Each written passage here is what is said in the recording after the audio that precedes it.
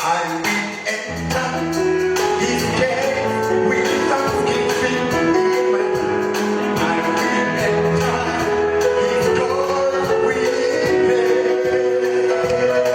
I will say, this is the day that the Lord has made. I will rejoice for he has been kind. I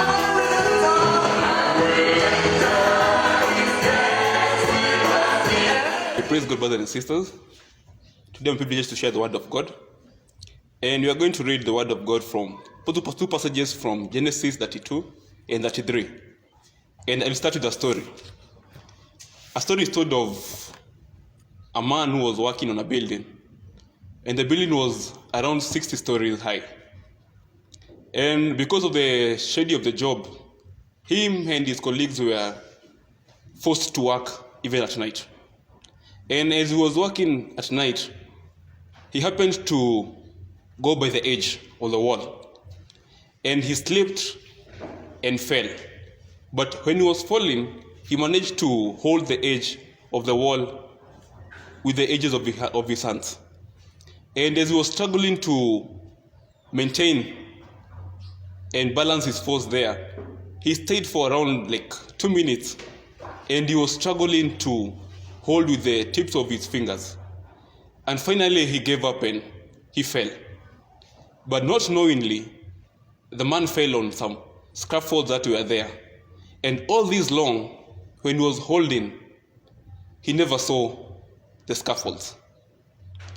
Brothers and sisters, many are times that we pass through difficult situations, that we try to do much in our abilities, much in our own understanding, that we try and hold until when we give up and God is there for us, until when we have given up on holding on to those things that we are going through, that we realize that there is no much danger that we are going through.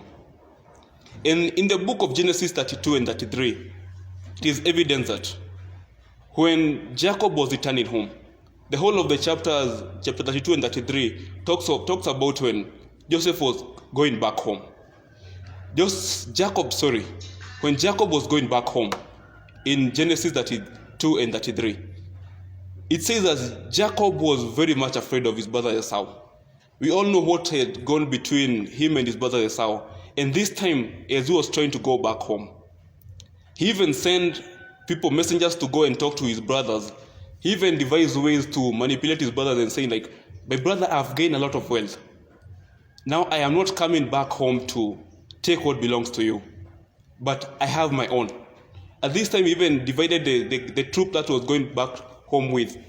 He divided into 4 groups. But at the end of it, when he was going back home, even in the midst of that fear, we know that it was by God's plan that Jacob was to be greater than Esau. And even when he went home, his brother took him for who he was. In the midst of that fear, God already had a destiny for Jacob. Brothers and sisters, in 2 Kings, the story of Elisha, when him and his servants were surrounded by the enemy's army, Elisha told his servant that there is a great army surrounding us, but his servant could not see them. It was the Lord's army. Brothers and sisters, as we go through difficult times, let's always know that God is there. And when you are going through a crisis, we as God's people, we are not alone. We have divine help. And we may not be able to see it at that time. But it's when that it's really the time. It's the difference between what we need and what we want. And it's when the much needed help we need, God shows himself to us. Brothers and sisters, as we continue living and meditating the word of God, let us know God is always there for us. God bless you. Have a blessed time. Thank you.